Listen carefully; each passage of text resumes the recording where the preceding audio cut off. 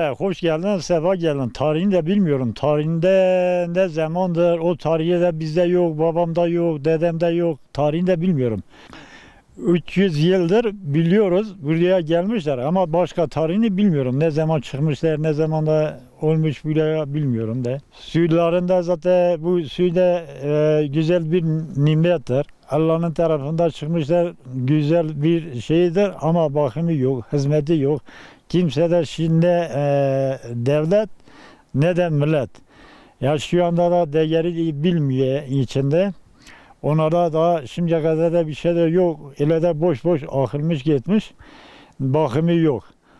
Ya insan geliyorlar burada da bir insan geldiği zaman da nefret ediyor. Her tarafında pislik şey var, bez var, ne bileyim.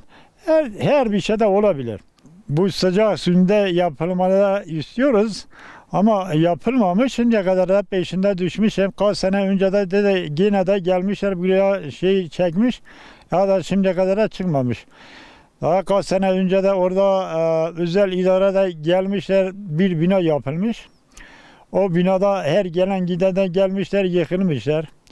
O yıkılmışlar, oradan da ne kadar da gitmişim, kaymakama gitmişim, belediye gitmişim, büyük belediye gitmişim, valiliğe gitmişim, dilekçeye vermişim. Onlara dedi, o binaya yapılmışlar, o binaya yıkılmışlar.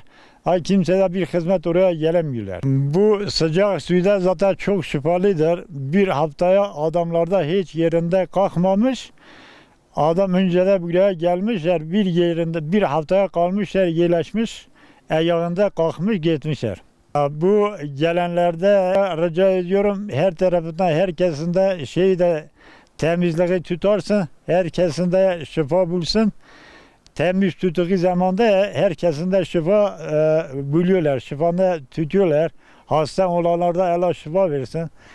Diğerlerinde Allah onlara yardımcı olsun. Bingöl zaten bizim komşumuzdur, yakındır. Bizim arasında zaten hemen hemen biz Erzurum'a bağlı ama Erzurum Bingöl'ün arasında zaten bizim tam ortasında. Onlar teşkilatın gidiyorsunuz, bize de bu tarafta geldiği zaman da herkesinden nefret ediyorlar.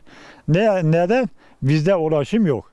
Ya ulaşım olduğu içinde olmadığı içinde zaten millete geliyorlar, millet nefret ediyorlar.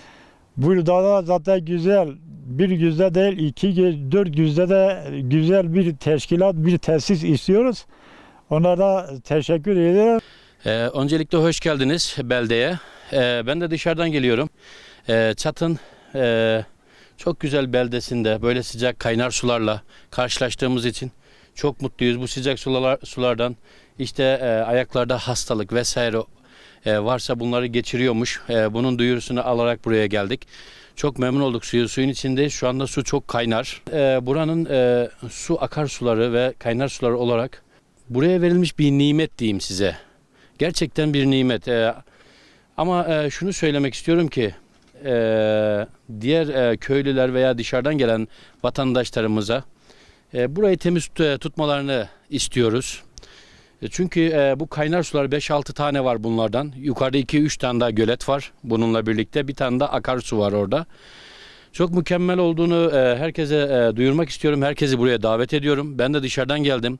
Ayaklarımda biraz rahatsızlık vardı ve şu anda buraya 2-3 defadır giriyorum. Ayaklarımdaki ağrı, sızı vesaire hepsinin azar azar gittiğini hissediyorum.